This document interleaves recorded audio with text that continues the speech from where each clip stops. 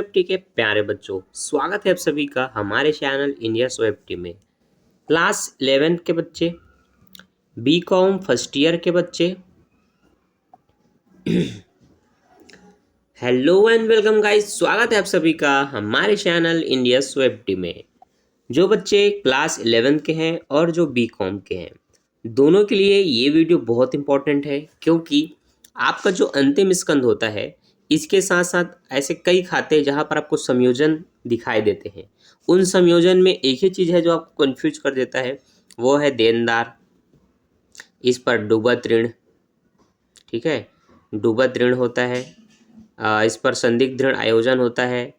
मतलब बहुत सारे डाउट होते हैं कि किसको प्लस करें किसको माइनस करें, ठीक है। वो डाउट हमेशा क्लियर करने के लिए आपके लिए मैं एक वीडियो लेकर आ गया हूँ, जिसका नाम है आयोजन एवं संचय। तो जहाँ पर आप बहुत सारे जो संयोजन होते हैं, जोड़ना होता है, घटाना होता है, उन सभी को आज आप सीखेंगे इस वीडियो में। तो सबसे पहले जो मुख्य टॉपिक था डूबत ऋण पर, संदिग्ध ऋण पर, आयोजन पर, उसको मैं समझाऊंगा। प्रोविजन फॉर बैड डेबिटर्स क्या होता है, बैड डेबिट्स क्या होता है, ठीक है, सब कुछ जानेंगे डिटेल से। तो सबसे पहले आपको मैं क्वेश्चन नंबर 3 से समझाऊंगा, तो ध्यान से देखिएगा प्रश्न में है क्या। प्रश्न में बताया है डूबत ऋण 400 रुपये का, संदिग्ध ऋण आयोजन 1600 रुपये का, विविध देनदार 20,000 रुपये का, देनदारों पर 5% संदिग्ध ऋण के लिए आयोजन करना है, ठीक है। चलिए, यहाँ पर दो चीज़ें कंडीशन के रूप में हो सकती हैं। पहला, एक डूबत ऋण का होना पहले से, दूसरा अलग से नीचे बताया जाता हो कि ये संदिग्ध ऋण के लिए आयोजन करना है, ऐसा कुछ करके, और अलग से संदिग्ध ऋण आयोजन पहले से दिया हुआ हो। तो यहाँ पर बच्चों को थोड़ा कन्फ्यूजन होता है कि क्या करना है, किसको किसको जोड़ना है, किसको छोड़ना है। तो चलिए मैं आपको डिटेल से समझाता हूँ। सब कुछ बनाएंगे, देखेंगे उनकी जनरल एंट्री कैसी होगी, उनका लेजर पोस्टिंग कैसा होगा, मतलब उनकी खतौनी कैसे होगी, ठीक है, उनके खाता कैसे बनेगा, सब कुछ जानेंगे डिटेल से। तो देखिए, सबसे पहले अगर मैं यहाँ पर आता हूँ, प्रोविज़न फॉर बैड डेबिटर्स और संदिग्ध ऋण के आयोजन का अगर हम काम करते हैं, उसका खाता बनाते हैं, तो ध्यान से देखिएगा। संदिग्ध ऋण आयोजन अगर पहले से दिया हुआ हो तो वो ये दर्शाता है कि वो पैसा आपको मिलने वाला है, तो वो लाभ के रूप में उसको समाकलन किया जाता है। इसीलिए इसकी राशि देखिए समाकलन साइड क्रेडिट में दी गई है। फिर वो प्रश्न आपका दूसरा हो चाहे पहला हो, दोनों ही जगह जब भी संदिग्ध ऋण आयोजन पहले से दिया हुआ हो तो उसको लाभ की तरह उसको समाकलन करना होता है, ठीक है। अब डूबत ऋण है वो नहीं मिलना होता है, अलग से जो ऋण पर आयोजन निकालना होता है वो भी आपको अभी भी नहीं मिलना है। दोनों ही प्रकार के लॉस होते हैं जिसको आपको इसमें से घटा देना है, फिर कितना प्राप्त होगा वो देखा जाता है। तो ध्यान से देखिए, संदिग्ध ऋण आयोजन है 1600 रुपये का, आपने समाकलन साइड लिख दिया, शेष लाया गया संदिग्ध ऋण आयोजन 1600 रुपये। विकलन में क्या क्या लिखना है, विकलन में लिखना है डूबत ऋण, तो डूबत ऋण है आपका बैड डेबिटर्स 400 रुपये का। उसके बाद लिखना है ये जो छूट निकालना है आपको 5%, तो देनदार है 20,000 के, 20,000 का 5% होता है 1,000, 5 दूनी 10, 2 जीरो बचा था, 1,000 रुपये निकला। तो यहाँ पर आप ये बता सकते हैं कि यहाँ पर जो अलग से हमने संदिग्ध ऋण आयोजन निकाला वो निकला 1,000 रुपये। कितना निकला? 1,000 रुपये। तो 1600 में से अगर मैं 400 और 1,000 को घटा दूँ, मतलब 1400 को घटा दूँ, तो 200 रुपये का बचेगा लाभ। यही आपको लाभ हानि खाता से 200 रुपये का डिफरेंस जो मिलता है उसको लिखना है लाभ हानि खाता से 200 रुपये, ठीक है। और इसको विकलन साइड में दर्शाना है इतने रुपये के हैं बोल करके। बिल्कुल इसी तरह से आपको सभी जगह काम करना है। अब ये अगर आप पहले बना लेते हैं तो बाकी का काम आपके लिए आसान हो जाता है, ठीक है, क्योंकि पहले आपको पंजी प्रोष्ठी करना है। तो पहली पंजी प्रोष्ठी डूबत ऋण की होती है, तो आप बोलेंगे डूबत ऋण आयोजन खाता विकलन डूबत ऋण खाते से 400 रुपये, ठीक है। Provision for bad debtor account debit to bad account bad debits account. उसके बाद provision for bad debit account debit to profit and loss account, मतलब ये जो आपका निकले ना 200 रुपये, उसको अलग से बताना होता है जो डिफरेंस होता है।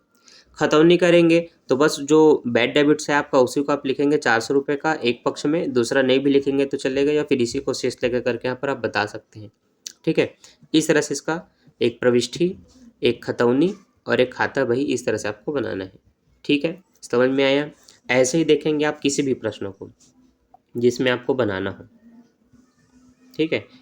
इसमें भी देखते हैं, थोड़ा छोटा कर दिया जाए इसको,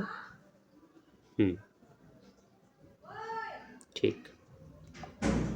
यहाँ पर हम देखते हैं हमारे देनदार 20,000 के हैं, डूबत ऋण 200 रुपये का है, संदिग्ध ऋण आयोजन 800 रुपये का है और 5% आगामी वर्ष के लिए संदिग्ध ऋण आयोजन का निर्माण करना है। ठीक है, आगामी वर्ष के लिए करना है। अच्छा चलिए पहले देखिए, 800 रुपये तो आप इधर लिखेंगे, आपको एक तो एकदम क्लियर पता है। ठीक, 200 रुपये आपको इधर लिखना है, ये भी स्पष्ट रूप से पता है। देनदार है आपके पास कितने के, 20,000 के। 20,000 का 5% निकालेंगे 1,000 निकलेगा, वो भी पता है, उसको भी आप यहाँ पर लिख देंगे। तो इस तरह से कुल मिला के आपके 1200 के हो रहे हैं। कितने के हो रहे हैं, 1200 रुपये के। अब 1200 रुपये में अगर आप 800 को घटाएंगे तो 400 रुपये बचेगा। ये 400 रुपये का लाभ जो बचा वो लाभ हानि खाता करके समाकलन में बचा, तो इसको लाभ करके हम यहाँ पर लिखेंगे। ठीक है, तो 400 रुपये का डिफरेंस अब इस तरफ बचा, यहाँ से आपका लाभ हानि पता चल गया। पंजीक प्रविष्टि करेंगे तो पहले 200 डूबत ऋण का करना होता है, तो वही डूबत ऋण आयोजन खाता विकलन डूबत ऋण खाते से, तो bad debits reserve account debit to bad debits. ठीक है, फिर profit and loss account debit to bad debit reserve बोलेंगे, लाभ हानि खाता विकलन डूबत ऋण आयोजन से। खतौनी करना है तो 200 रुपये के डूबत ऋण को ही दिखाना है, इस तरफ भी हो गया। ऐसे आप क्वेश्चन नंबर पहला में भी देख सकते हैं।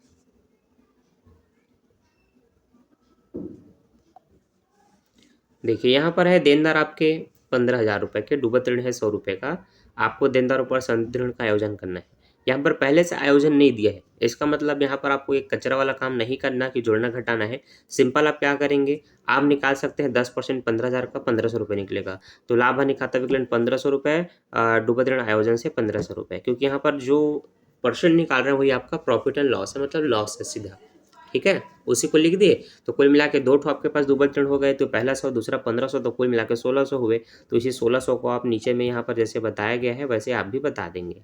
ठीक है, और जब देनदार की राशि आपको चिट्ठे में लिखना होगा तो सिर्फ जो 15,000 है उसमें से 1,500 रुपये घटाएंगे, जो पहले से डूबत ऋण वगैरह दिया जाता है उसको नहीं घटाते, तो बस इतना ही घटा करके आप लिख देंगे। ये बन गया आपका ये वाला प्रश्न। ऐसे ही चलिए मैं आपको दूसरा भी बताता हूँ।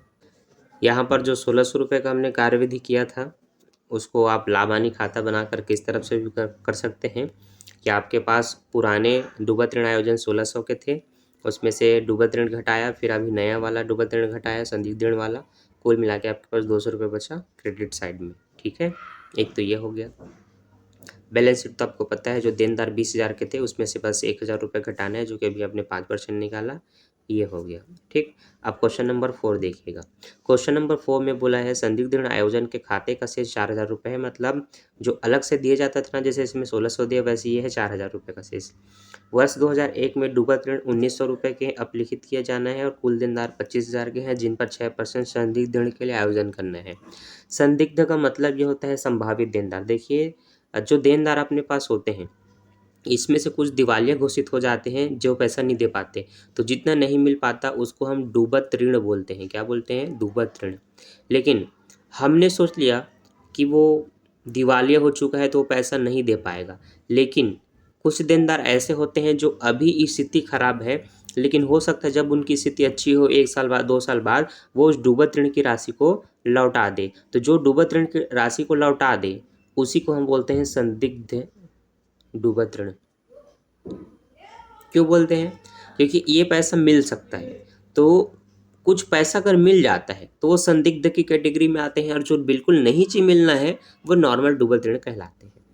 ठीक है, संदिग्ध ऋण आयोजन का मतलब है ये प्राप्त हो सकता है या प्राप्त होने वाला है, तो प्राप्त होने वाला आपका लाभ के रूप में लिखा जाता है, इसलिए उसको आप समाकलन करते हैं, क्रेडिट करते हैं, तो वो आपको क्लियर होना चाहिए, बाकी फिर आपको इधर दिक्कत नहीं होगा।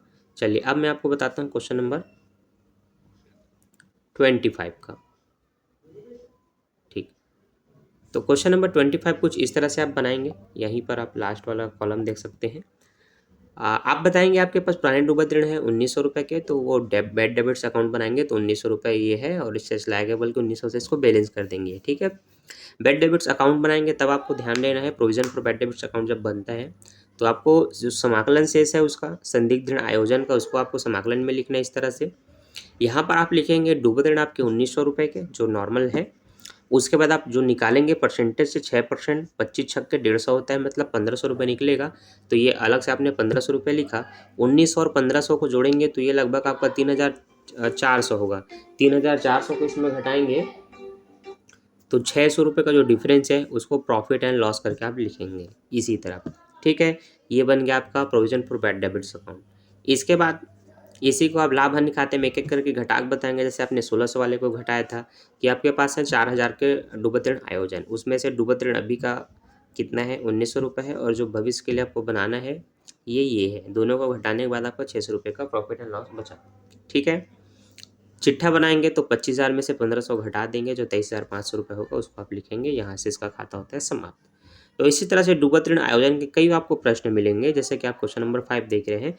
इसी तरह से प्रश्न बनाते रहिए। मैं मिलता हूँ नेक्स्ट वीडियो में नेक्स्ट टॉपिक के साथ। अभी के लिए बाय, थैंक्स फॉर वॉचिंग। बस इतना बता दो, डूबत ऋण आयोजन से संबंधित जितने भी डाउट्स हैं आपके क्लियर हुए कि नहीं। ठीक है बच्चों?